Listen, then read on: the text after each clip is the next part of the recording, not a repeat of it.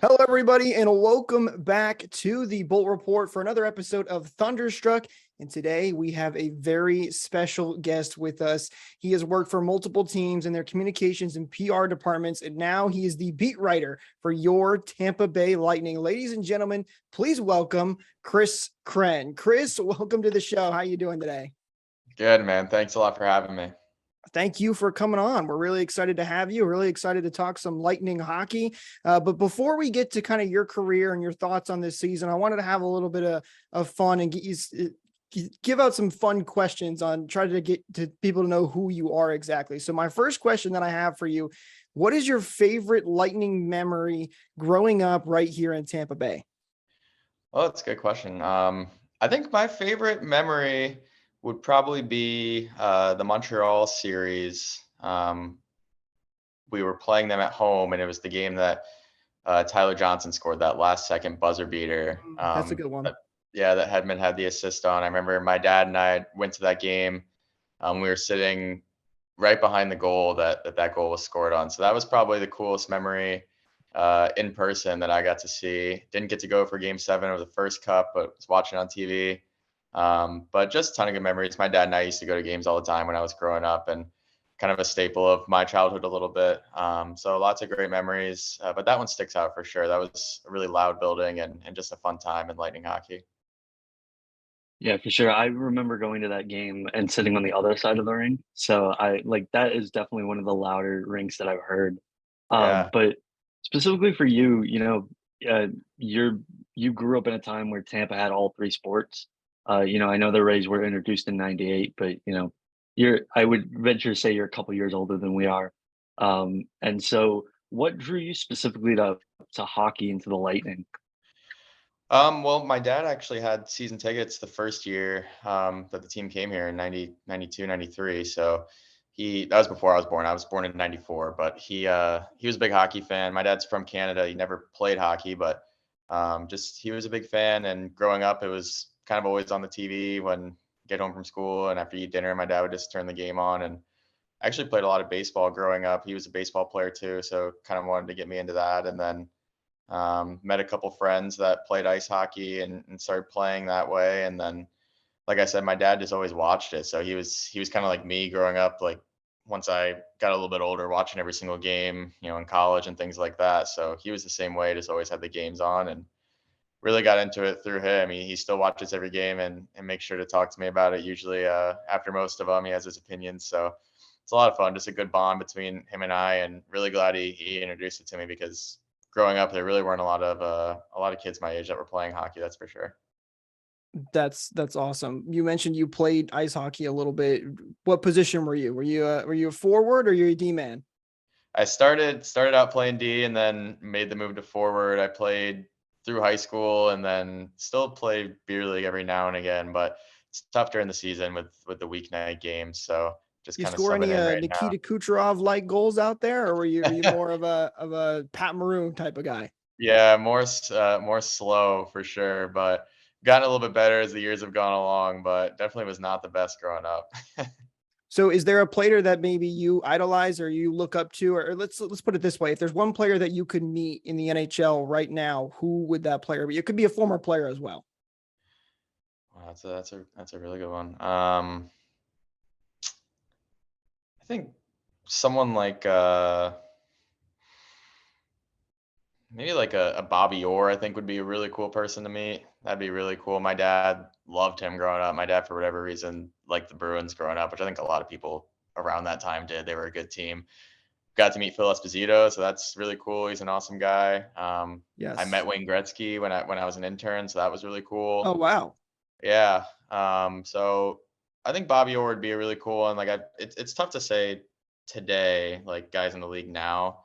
But growing up, I loved Vinny Lecavalier. He was my favorite player. Marty was a lot of people's favorite player. I think he was probably number two for me. I just loved Vinny and his ability to score goals. So he was kind of someone I idolized growing up, and even Stamkos. Like as I got older and was into high school and college, I really looked up to him and admired him for just his perseverance through everything and just the way he's always handled media and everything. I think he's just a very classy guy and has done everything the right way. So he was someone I looked up to. So it's cool now being able to work for the team and get to know him and talk to him a little bit. It's awesome. So you mentioned Espo, and this might be a little dated when this comes out, but today he had that press conference where he was talking about his eventual induction into the Lightning Hall of Fame. You know, what were the emotions around that press conference? Like, what was his main takeaway, I guess, from that press conference? I think the main thing was just that the team wouldn't be here without him, and it really was his idea. And like genuinely was the guy who thought of bringing hockey to Florida. And when he was let go by the Rangers, when he was working for them, he had worked in the Players Association for a while. He was leader of the Players Association for, I think, I want to say 4 or 5 years. So he knew the league wanted to expand, and he came down to Orlando and then drove through Tampa and chose that spot. And I think that was the biggest thing, was him just making sure we all knew that it really was his idea, that he was the one who came up with the team. But it was really cool. There's a lot of emotions. He's an awesome guy, a great storyteller. And he doesn't get too emotional often in terms of stuff like that, but you could tell this really means a lot to him. I think outside of everything he did in his playing career, which was incredible, he still says that founding the Lightning was the best thing he ever did in hockey, and he really views it as his baby. And it's really cool to see him be honored. I think he really deserves it. He's an awesome guy, and you could tell he has a lot of respect around the building and around the league as well. So really glad I've been able to kind of be around and get to know him a little bit. He truly is like the funniest storyteller I've ever met. He has so many crazy stories. I don't know how he remembers all of them, but awesome guy. And I'm excited to hear his speech once that night happens. I'm sure he'll have a really good speech. I mean, how could you not forget Esposito on the mic over in the color commentary for the radio side, yelling, "Shoot the puck, just shoot the puck." It's one of his most famous lines. Espo is, I mean, we just did a video on talking about how they were the Lightning almost based out of St. Pete. And then, you know, he had to deal with that funding issue that he had, but he was able to pull it off. Everybody called him crazy. And here we are today with 3 Stanley Cups in the books. And we have Espo to thank for that. So, big shout out to him. I do want to ask you, Chris, to start getting into your career. For people who maybe don't know exactly what it is you do, can you take us through a day in the life of Chris Krenn? Yeah. So if it's a practice day, usually pretty much every day I get to the office around 8:30, 9 o'clock. The Lightning, their practice times vary. They usually get on the ice around like 11 most days, I would say. So I'm kind of just working at my desk up until then, and then head out to the rink around 11, watch practice, kind of report on the lines and anything interesting that happens there. And then once practice ends, the locker room opens up so we can go in and talk to anyone who's still in there. If they're available, we can talk to them. And then usually after that, we'll get a coach. Most of the time it's Cooper. Other times, if he's talked a lot over the past few days, we'll get like a Halpern or a Blashill, someone like that. And then go back to my desk. And primarily, honestly, the main thing that I do with my job is write game notes. So every game, there's a packet that gets distributed to TV stations, media, radio, coaching staffs. They go in the locker room, and it's just basically a giant stat pack of everyone's stats and what they've done, the team stats, individual guys' stats. And then I write actual notes about individual guys. So I'll write a section on Stamkos, a section on Kucherov, whoever kind of is playing well at the time. And so I handle all of that. So if you see stuff on the broadcast, like little kind of unique stats, there's a good chance I wrote it, because the broadcast will use those. So a lot of my time, obviously on my Twitter, you see a lot of like niche stats that I tweet out. So a lot of my time is really spent looking at statistics and seeing who's doing well. And it helps covering a team that has guys that are playing really well and kind of in the peaks of their career and have a lot of superstars, because I think it's probably a harder job for some of the teams that aren't playing as well. So it's really cool. But that's probably what I spend most of my time doing. And then just trying to fish around and find stories that I can write. Obviously, I write all the game recaps and stuff like that, but trying to do a little bit more of in-depth storytelling and things like that as I get going here. Oh, damn. Yeah. So specifically, going a little bit back to your time in Tampa, and you bounced around a little bit. You worked for the Bruins for a little bit. You worked for USA Hockey, but what does working for the local team really, really mean to you? You talked about how it's cool that you got to you get the opportunity to write for your local team. But how does that, how does that work in your mind in terms of, I going into Amley every day and being like, I used to, watch games here and now I'm covering the team. Yeah, it's awesome, man. I remember, so I was an intern the 16-17 season, was the year that they didn't make the playoffs. And it was a lot was still the same jumbotron, Sonia singing the anthem pretty much every night. A lot was the same, and I remember it's just a 1 year thing. Obviously, it was my senior year of college, and leaving, I was so upset because it's the team I grew up loving, and it was like Lightning hockey was my favorite thing. Like I love the Bucks and the Rays too, but I was always hockey was the biggest one for me. So when I left, it was sad. It sucked. And then I remember my first game back here when I got the job and being in the press box and Sonia singing the anthem still, and just have a huge feeling of gratitude for the opportunity and being able to do it. It's surreal. Like I try to keep that in perspective every day as I'm in my second season now. It's easy to get complacent at times, but I try to just keep that in perspective and remind myself how lucky I am because it's an awesome job and being able to do it for this team is the best. Like I always said I wanted to work for the Lightning and I wanted to stay in hockey. I knew that when my internship was done. So I kind of bounced around and was working for a few teams, as you mentioned. But my goal was always to get back here. So I did mostly PR, but working in the AHL, you get some experience doing a little bit of everything. So that kind of helped with when this job became available. I had a lot of writing experience through those other jobs that I had. So it all came full circle that way, but it's definitely a dream job for me. I'm hoping to do it for a long time. So hopefully fans like the coverage I provide because I'm hoping to stay around for a while. It really is like it's a dream job for me and thrilled to be here.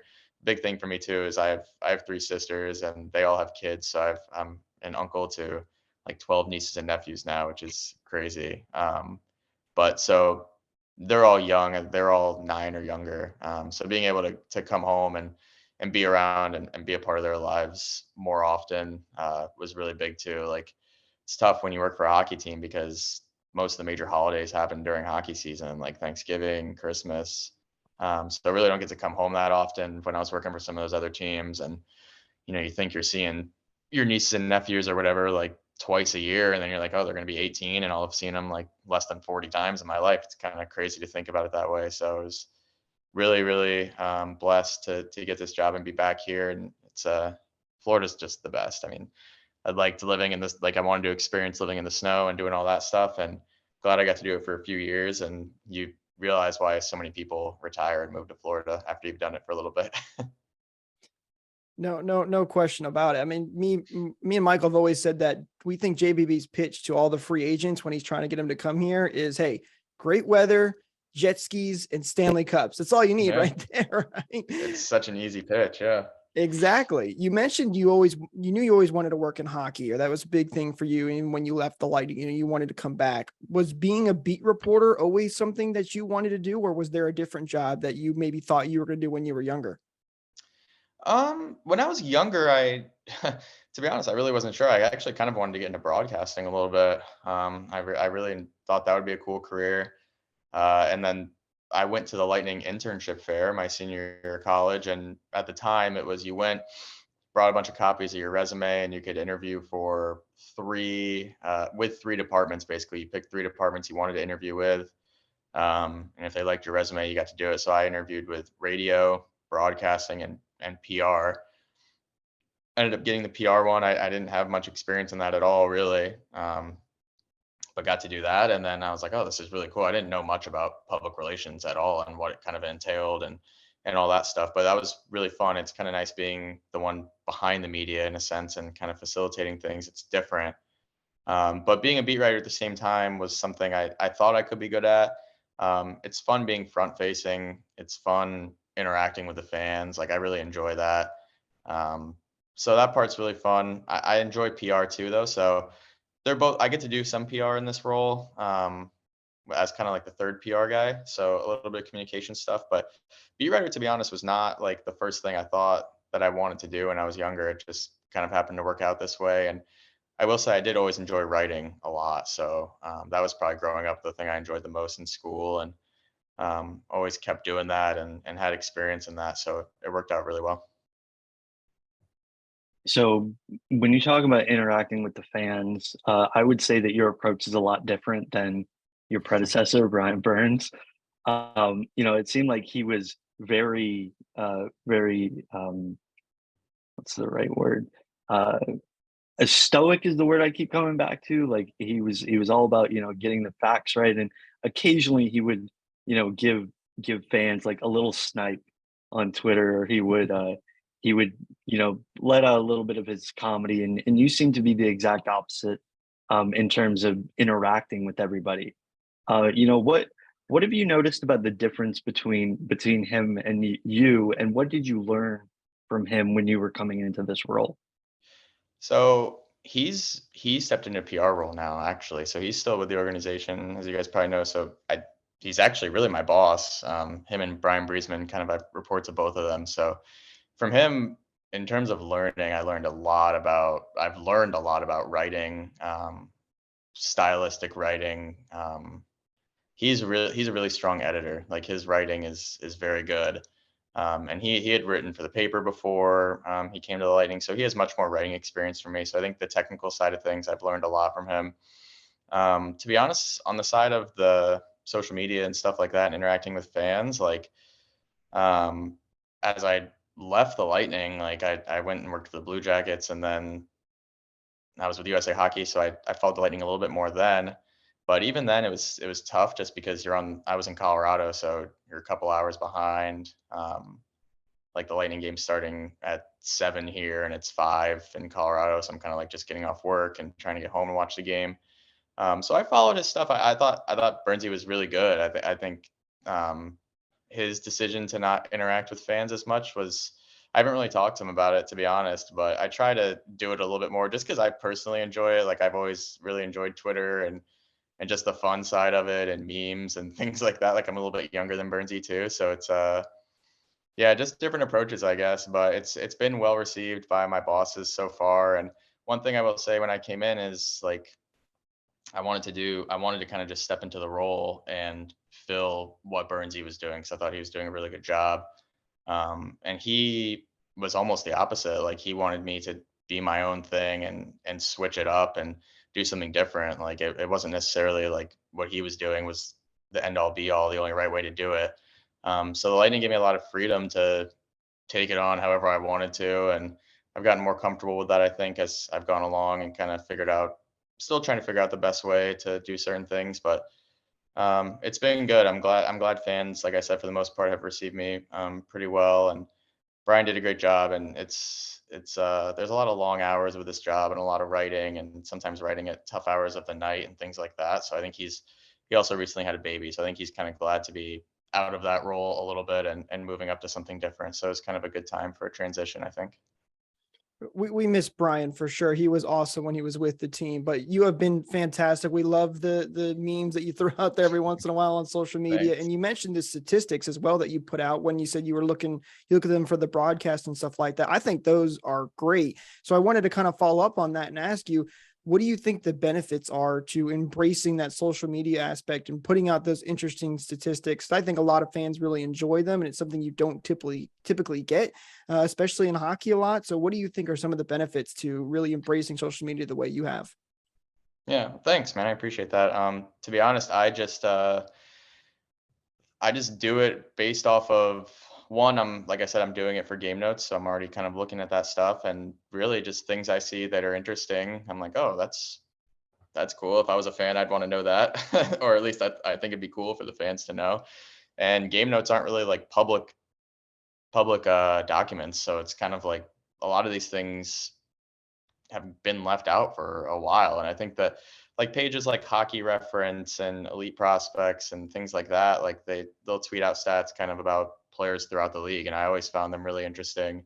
I think Greg Allman, who covers the Bucks for the Athletic, I think he's really good at it too, and he's someone that, like I said, I'm a big Bucks fan, so I follow him, and I've always admired his work, and I thought he was really good at sharing really interesting information about anything. I mean, like this guy played for the Bucks. Like this guy just got a coaching job with the Broncos. He played 2 games with the Bucks way back then. I'm like, oh, I remember that guy.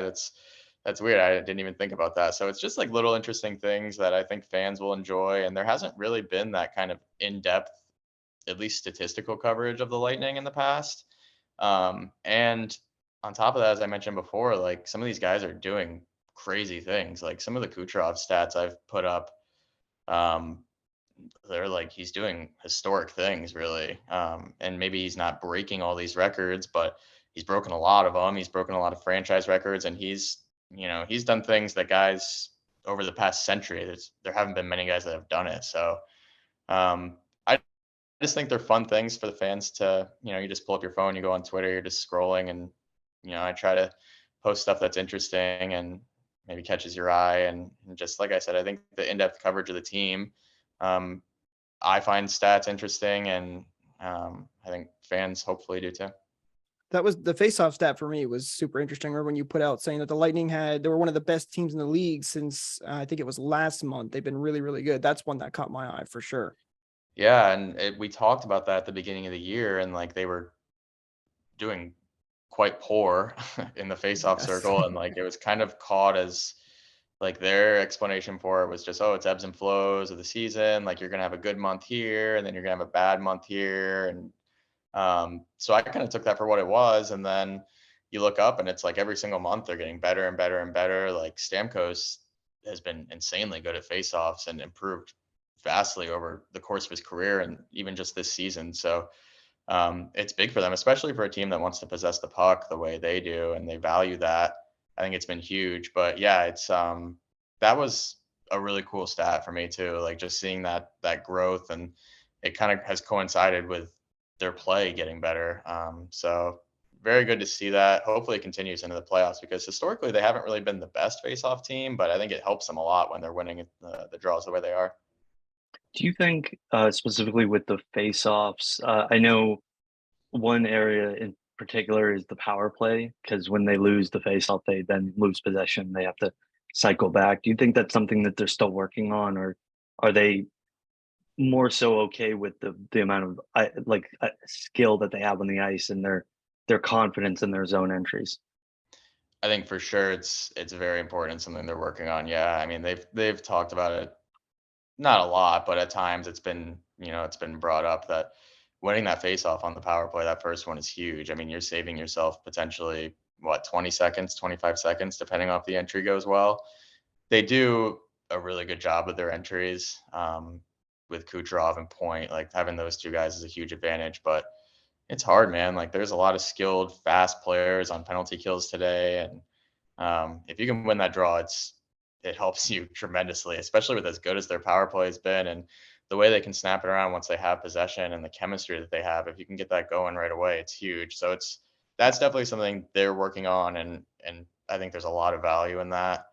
And we've seen it. It's been, for the most part, it's been pretty good. The power play on the road has been iffy at times, but it's getting a little bit better. At home, it's been ridiculously good. So you know how big that is come playoff time. Like special teams are going to be huge for them. So hopefully they can keep going the way they are. I think Perry's looked really good on the power play. Second units, he's kind of helped that out a little bit too. So um, it's been good. But yeah, those face-offs at the beginning of them are key. Not just when you're watching, but I think they're focused on that too. Now that we're talking about this season here and what's been going on with the Lightning, trade deadline is approaching and getting very close. Is there anything that you specifically would like to see the Lightning maybe make some move at the deadlines, or have you heard anything that you could tell us? I haven't heard anything, honestly, no. But I mean, I think that they would like to get someone in the bottom six that's a little bit tougher to play against, is kind of the one thing everyone's heard, right? Maybe a depth defender, but for me, it's like I don't know if they're going to be able to add multiple players at this point. Like they have basically zero cap space. Pretty much. We'll see what, yeah, we'll see what they do. I mean, I think one thing to remember is like come playoff time, there's no cap, right? So they'll finally be able to call up Balcers if they want to. So we'll see what he can bring to the bottom six. If he gets that opportunity, I'm not sure if he will, but I imagine they'll do something. It just seems like every year it feels like they're not going to, they can't, and they always do. And I think there's a lot of teams out there right now that are in the same exact position as the Lightning. Like there, not a lot of teams have cap space right now. We've already seen teams retaining money. Like the Wild retained some money in that Tarasenko deal, I think. or one of the big trades that happened, not the Tarasenko one. It's the O'Reilly deal. So I think teams are willing to step in and retain some money if they have to get some draft picks, like especially on guys that only have 1 year left on their deal. So I wonder if the Lightning maybe would be involved in something like that. But either way, they're going to have to, if they are going to get someone, someone's going to have to go, or someone's going to have to go on LTIR, which they aren't in that position right now. So we'll see. I think for me, if they were going to do something, I'd like to see them get a bottom six guy because I think there's some really, really good ones available right now. Like Arizona has some good forwards. Barbashev's a name in St. Louis that's come up a lot. I think a lot of teams are going to probably be going after him, but there's some good players in the bottom six around the league that I think could help them. At the same time, I think they're a really good team right now. Like they're top six, I think, in points percentage right now. Um, and you look back at last year and they're pretty much right on pace with where they were last year. So if they don't do anything, I don't think it's the worst thing in the world by any means, but I think they could benefit from someone who's maybe played playoff hockey a little bit more, someone who's just really hard to play against that can play on that third, fourth line and just kind of be a pain to go against in the playoffs. Cause I'm not, they have guys right now, but I think that's one area they could maybe get a little bit tougher. Yeah, we've heard a lot recently, I guess more so in the media than from the Lightning themselves, but they talked about how O'Reilly and Achari was this big swing for the Leafs. And because the playoff matchup is sort of locked in already, like what are the Lightning going to do to respond to that? They have to make a big swing.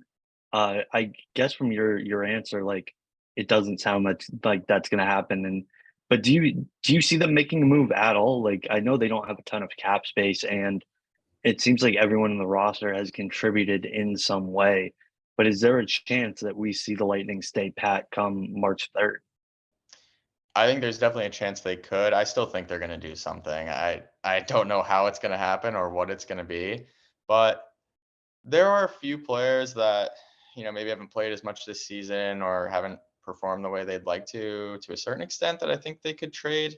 But you're right, like guys have stepped up and played well recently. In the bottom six, guys have really stepped up, and I wonder if that was almost a challenge from the coaching staff. Like that, if there's been one thing the Lightning all year have kind of has been a talking point all year, I guess, for them to improve on. It's been the bottom six. And lately they've played really well. Like I think Colton's playing really well. Nemesnikov is starting to come on. He's skating really well. Perry's obviously been scoring. And I don't think trading Perry would ever be in the question, to be honest. But um, I think if I had to guess right now, I would think that they would make something happen. I think a trade would happen, but it's purely just a guess. I don't think I don't know if the O'Reilly trade really changes too much for them. Like, I think that's a huge trade for the Leafs personally. I think that's a really good player. And I think Achari is a really, really good player too. Like that's someone that they could have used in the playoffs last year against the Lightning because we saw Simmons going in and out and Clifford and, Achari is a better player than both of those guys. I think those guys are a little bit older and that's a guy you don't want to play against, and neither is O'Reilly. Like that's another really underrated, solid player. So I don't think the Lightning necessarily look at other teams and they're not going to say like, oh, this team did this, so we need to make a move. Like I think they're going to make a move based on what it looks like for them, and that's the only way it's going to be. Like if it works for them, they'll do it.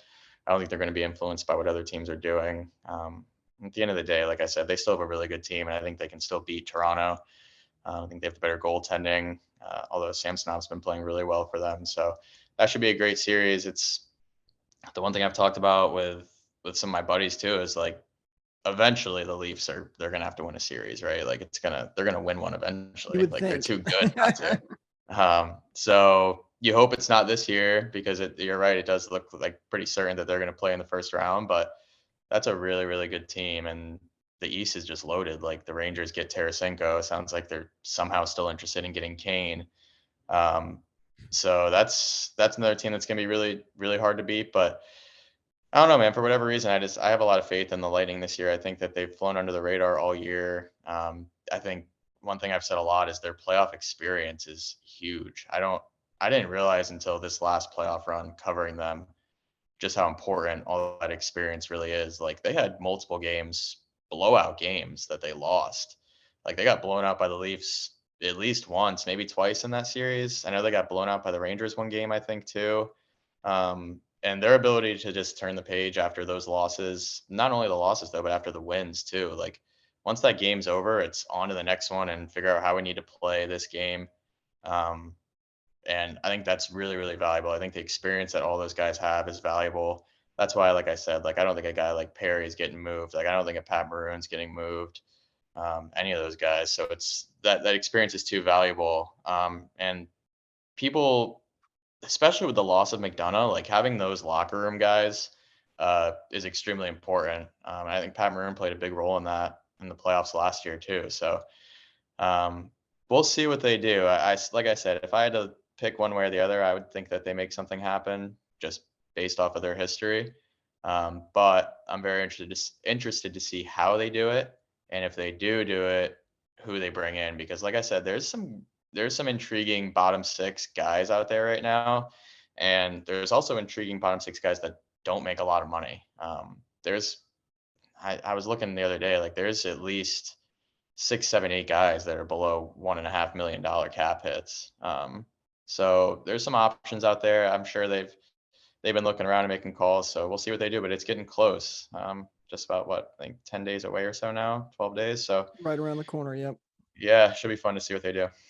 Yeah, I personally, I agree with you. I think they are going to make a move. Just what we've seen the last couple. I mean, 2019, they didn't do anything, and we all know how that ended. But then the Yeah. next 3 years, they've made moves every time. And JBB has done a fantastic job at picking up some amazing players like Brandon Hagel, Nick Paul, for example. And it's paid off huge for them as they made the finals 3 years in a row. Michael, you just made a video on some of the trade deadline targets that they could go after. By the way, if you guys haven't seen that video, I'll link that up in the cards in the top right, so you can go check that out as well. But Michael, who were some of the players that you were mentioning, or one of the players that you said they could go after? I mean, there were like 5 or 6. I'm thinking like Luke Chen for the back end, like that was a name that came up the entire season, basically, it seems like. And then I don't know, Barbashev is a name that's been connected to the Lightning. I like that idea. But it's you were talking about Chris, like he actually makes over 1.5, so something would have to like come out of the Yeah. lineup. You're right. Like that seems like the only logical way that they can make any sort of move is if somebody leaves the lineup. Yeah. We'll have Yeah. to. He's Chris? Barbashev's yeah, I'm just looking at some guys that I've been looking at too. He's one of the more expensive guys. The thing with him too, and Shen as well, like they're gonna be highly sought after guys. Like there's a lot of teams are gonna be going after guys. Eventually the West is some teams from the West are gonna get in on all this trade action too. Um, like Timo Meyer's gonna go somewhere. So I don't know. Barbashev, like I think some of these, it seems like the guys going in the trade deadline that are popular players, like, trade bait, the Lightning don't end up with those guys too often. Although they did get David Savard that one year, which was a nice pickup, but also like they don't, aside from him, they really haven't got too many rentals, right? Like they've got guys with a little bit of No. term left on their deal.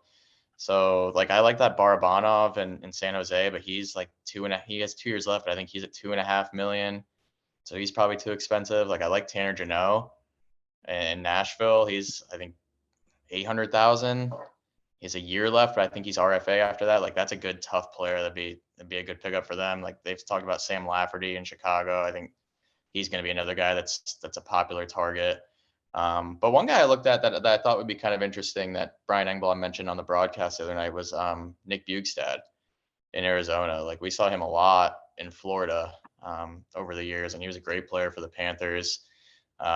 He's having a pretty good year in Arizona. I think he's had issues staying healthy, but you talk about like a big body that could, I don't know if he's the toughest guy to play against in terms of his size, but could be an interesting guy to look at for them. He's only making 900,000. I think he's a UFA after this year. So there's some players out there, like I said, some veteran guys that have been trade targets as well. So I think that, like I said, I think if it's going to be something, it's going to be bottom six forward. We'll see if they add depth to the D though too. Like I think that's a great point. Like I think Shen would be an awesome pickup if they could somehow pull it off. But they're going to have competition going after him. Like there's going to be a lot of teams going after him and Barbashev both. And then you got to see what the Bruins do too. Like that's the thing is all these teams are getting guys, especially teams in the East. It's kind of crazy. Like I know the Bruins are going to do something. It seems like they're going to get Gavrikov from Columbus, who I think is a really good player.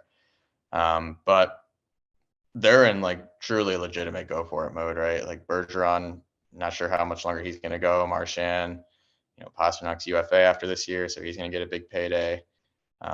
So it's going to be tough sledding, I think, in the playoffs, but also like the trade deadline alone, there's going to be a lot of teams gunning for guys. So I'm excited to see how it all plays out, because even with these teams being so tight against the cap, there's it seems like a lot of movement and a lot of interesting names out there. If Kane ends up with the Rangers, that's going to be a crazy one. Definitely. I heard his name connected to Vegas too, as well. That would be an Yeah. interesting one as well, with Mark Stone going on injured reserve, but Yeah. full faith in JBB to pull off something amazing once again, he's done in years past. I want to ask you, Chris, since you've been around the team a lot, especially for this year, do you notice any kind of different feeling in the locker rooms, maybe, or just around the guys, depending on the types of losses that they get? Like, for example, the tough loss to Arizona, right? That was a 1-0 shootout loss where a lot of people say they played actually really well and probably were the better team for the most part. And then losses like against the Florida Panthers, where they kind of got blown out and things did not go well. Have you noticed anything different from being around the guys and how they treat either of those losses? Not entirely. I mean, I think the Arizona game for sure. Like, it's second end of a back to back. Like, so you get the point, which is great. But in theory, yeah, they probably should have won that game the way they played. But what are you going to do? Like, that was a crazy performance by Ingram. He played so well. That was Yes. honestly one of probably the more entertaining games of the year, despite it being 0-0 like throughout the whole time. They played so well. But one thing I will say that's kind of interesting is, like, there's been losses that I've been going down to the locker room after, and I'm like, oh man, this is going to be a tough one. Like, guys are not going to be happy. Coop's going to be upset. And I've been completely wrong. And then there's been games where I'm like, oh, they actually played pretty well. Like, there really isn't any reason to be that upset. And then it's the exact opposite. Like, they're extremely hard on themselves for certain losses. Like, I think back to that Detroit game earlier. It was at home earlier this year when the Lightning had like 30 shots in, I think, the third period. And I don't know if they scored one goal, but I think they ended up losing like 4-2 or whatever. For whatever reason, the Red Wings have had their number this year. But Have. that game, I was like, man, that was a really good third period. They played really well. They couldn't score. Husso, I think, was in net, played really well.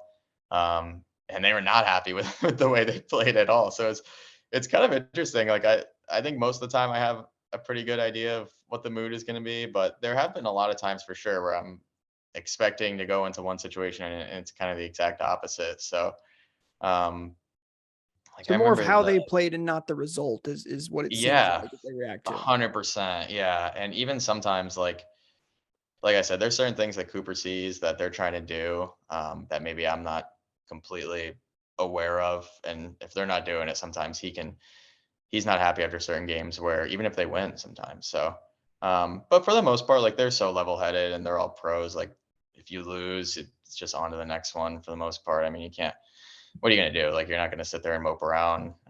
Right. And the other thing too is, like, at home, they've like barely lost, especially recently. So it's hard to even, like, aside from the road, it's hard to think really back on that many losses they've had, because at home, it's like they're winning all the time. I think when they lose at home, it's much more of like a somber mood after guys can, or they're getting undressed and they're going home after. Like, when you're on the road, it's so fast. Like, it's crazy. The game ends and everyone's undressed in like 5-10 minutes. The bags are all in the cart. They're getting loaded up and you're out of the rink on the bus in like half an hour, 40 minutes. Like, it's very quick. So everyone's kind of just pissed off and quiet after losses. So at home, I think it hits a little bit harder because guys are, they're not in a rush to get home. They can get undressed, take their time a little bit, and you can kind of sense the mood a little bit more. Yeah, and they haven't lost a ton this season, but we've got a little bit of the season to go. I think it's about a month and a half, 2 months until that inevitable first round series against Toronto. But we've talked about the fact that they don't have a lot of cap space, they can't make a lot of moves. But is there a sense, not necessarily that they're going to take their foot off the gas, but that they want to try new things in this next month and a half to see if something works? You know, just things might be working now, but if this doesn't work in the playoffs, we have something to fall back on potentially. Yeah, that's a good question. I mean, it seems that way recently, right? Like, they've juggled the lines. That now they've kind of gone back to that top line with Hagel, Point, and Kucherov. But they, for a little while there, had the Hagel, Sorelli-Killorn line that we saw in the playoffs that were a really good shutdown line.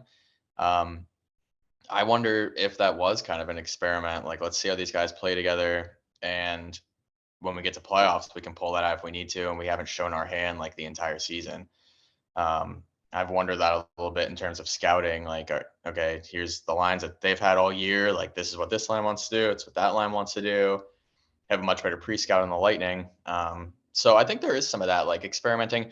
To be honest, I'm more interested to see what the final thing ends up being, right? Like I think that Hagel Point Kucherov line has been so good. I don't love the Stamkos Point Kucherov idea.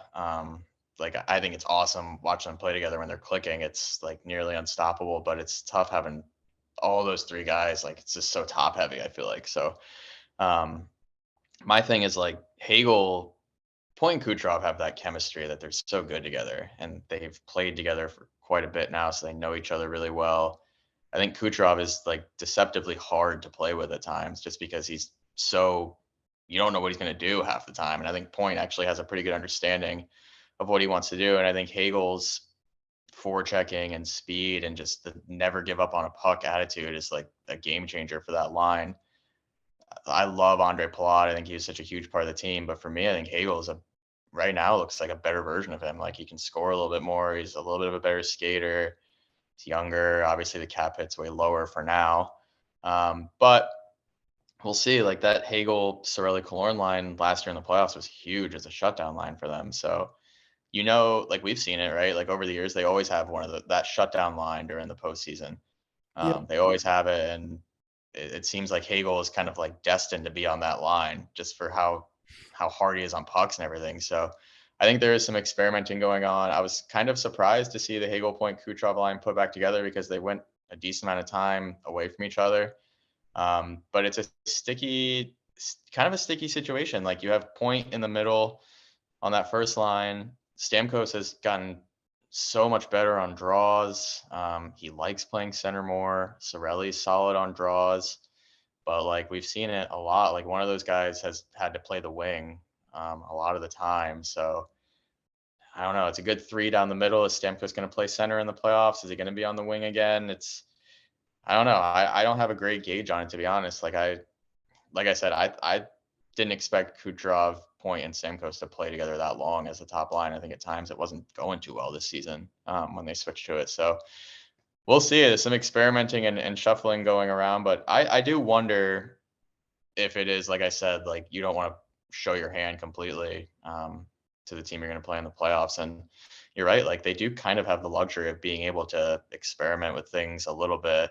But they're also playing some really hungry teams coming up here. Like Buffalo is right in the thick of the race, and they got Detroit and they got Pittsburgh. Like all those teams are right in the thick of it. So those are three games I think will be a good test for them because those are teams that need wins. And Buffalo tonight is an interesting one because they got hammered by the Leafs in the first period the other night. Like it was a bad showing for them.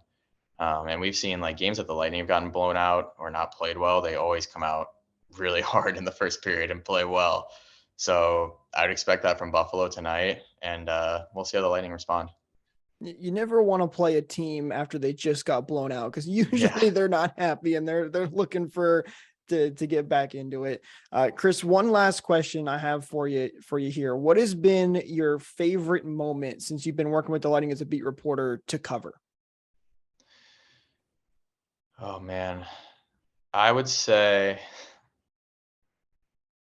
Game 6 against the Rangers was really cool. I thought that was a really good game, and I think Stamkos has gotten some crap at times for his playoff performances, despite the fact that if you look at his career playoff numbers, they're actually pretty good. Yes.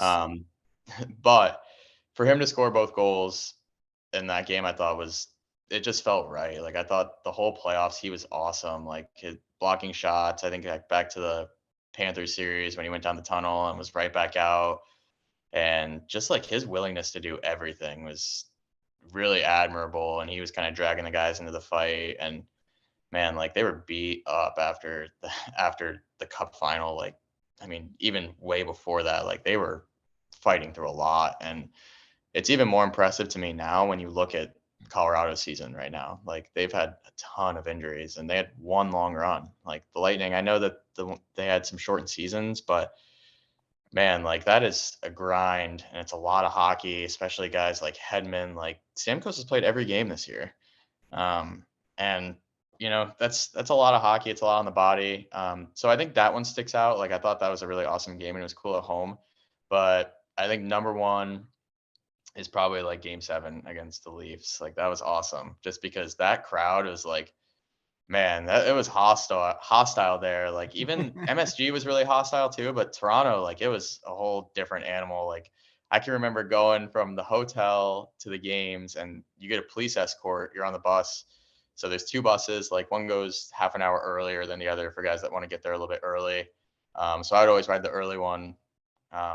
And we're driving and like you get the police escort. There's all this traffic in Toronto, everyone moving out of the way. And it's just the streets just filled with Maple Leafs fans all in their jerseys, just giving the middle finger to the bus. Like they all know it's the Lightning bus. And it was cool, man. Like it was a really cool environment, great place to watch playoff hockey. I know it gets the reputation of being like not the best Canadian building, I guess, during the year. Cause I've heard it's can be kind of like corporate and a lot of businesses buy out tickets and things like that. But the atmosphere was awesome. And that was a great series. Like there were some blowout games on both sides, but that might have been like the best team the Lightning played in the playoffs. The Rangers were really good too.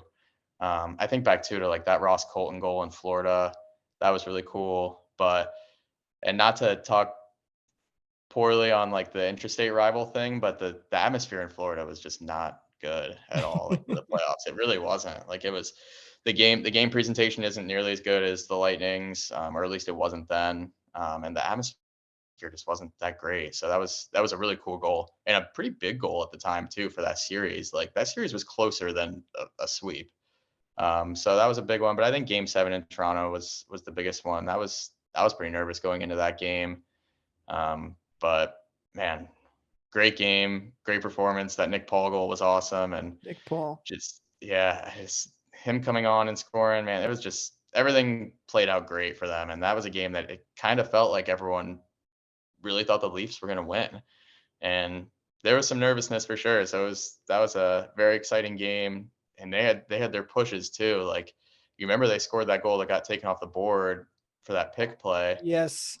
So there was Toronto fans a weren't lot. happy about that.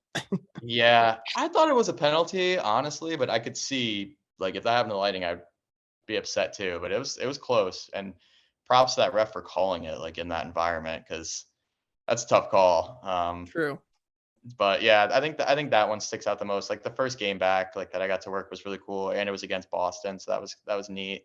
But that one sticks out the most. Like the Stanley Cup final was awesome too, but Toronto's just a cool city. Like I was very lucky that I got Toronto, New York, and Colorado. Like as in Florida was really cool too. We weren't there, but too long. But yeah, just great cities, and Toronto was probably my favorite city to walk around into. Like New York was cool, but New York is New York, right? Like I feel like if you've done it once, you've kind of you know what to expect. So all great times, but yeah, I think Game 7 last year was the best, and really excited if they do end up playing the Leafs to see how that one goes because, man, that's a good team, and I didn't think Campbell would play as well as he did against us, and he played well. So, and to be honest, like I didn't think Kemper would play as well as he did for Colorado. So I've always said like you have to have a really good goalie to win the cup, but man, like those 2 guys played really well, and like Samsonov's playing really well, so we'll see if he can keep that going in the playoffs or what happens with Matt Murray. But there's gonna be some good playoff hockey this year, Lightning games and throughout the NHL, really. You got to get hot at the right time, right? Yeah. That's one of the bigger keys for people. So It makes you wonder about the Bruins. right. Well, hey, look at the Lightning. They had that unbelievable year in 2019, Yeah. and then everything fell apart. It's just the regular season doesn't mean anything. It's you got to get to the dance, and then how do you perform once you're in the playoffs? That's always the biggest question because you just never know. And anybody can beat anybody, which is what makes it so exciting. And guys won't always say it publicly, but like that Columbus going into that series and fighting as hard as they did to get into the playoffs, and the Lightning basically playing meaningless games for the whole month leading up to that, that made a big, big difference. Yeah. So we'll see. I don't know who the Bruins are going to play. That wild card spot is like completely up in the air, but Right.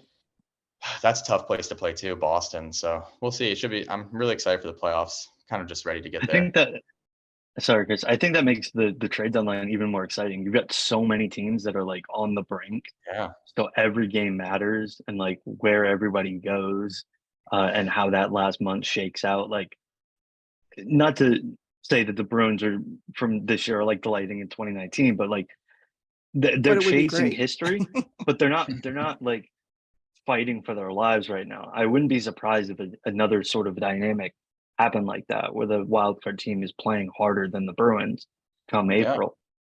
No, it wouldn't surprise me at all either. Like, it's human nature. Like, there's even right now, like they're pretty damn far ahead. Like, so we'll see. I will say the one thing with that team is like they have really good veteran leadership, like Bergeron, Marchand, like they have some good veterans. So we'll see. I'm interested to see how like Ullmark can play in the playoffs. Like, can he keep playing the way that he's played all season? His numbers are insane.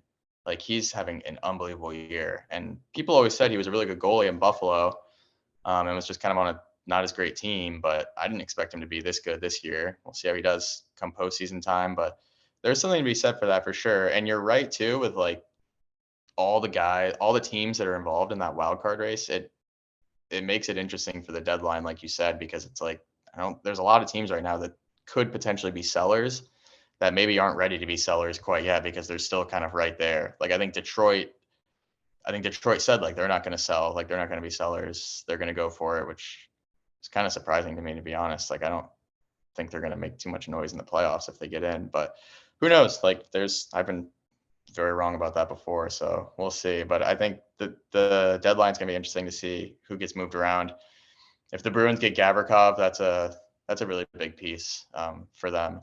I think that may even be like a bigger piece than if the Rangers got Kane. And I think Kane is so good. Like, I think he's vastly underrated right now this season. Like, he's on a terrible team. He's apparently dealing with that hip injury, but you see, like, ever since that came out about him, like maybe not being as good, the hip injury, wanted to go to New York, he's been like lights out in Chicago. You get a hat like, trick ever since like then. the next night. Yeah. And so it's, I don't know. It's interesting, but to me, like, I don't know if I'm like a Rangers fan, if I really want them to add Kane, as crazy as that sounds. Like, he's so talented. And like I said, I think he's extremely good, but like, you just went out and you got your right winger, right? Like, and I don't think neither Tarasenko nor Kane are the toughest guys to play against in the playoffs. And I think the Rangers kind of lacked that last year too. So we'll see. I mean, Kane has that playoff experience too. Like, he's lights out in the playoffs. So interested to see where he goes. It sounds like I saw a report before we hopped on that there's still a lot of teams interested in him. So we'll see what happens. Well, Chris, thank you so much for coming on and joining us. We really appreciate the time. It was a lot of fun to talk to you. If you guys aren't already following Chris on Twitter at Chris_Krenn, you can go follow him. We'll link his social medias down below in the description as well. Don't forget to follow us at BoltReport_TV. Subscribe to the channel, leave a like if you want to see future videos just like this one. And we will talk to you guys in the next one. Go Bolts.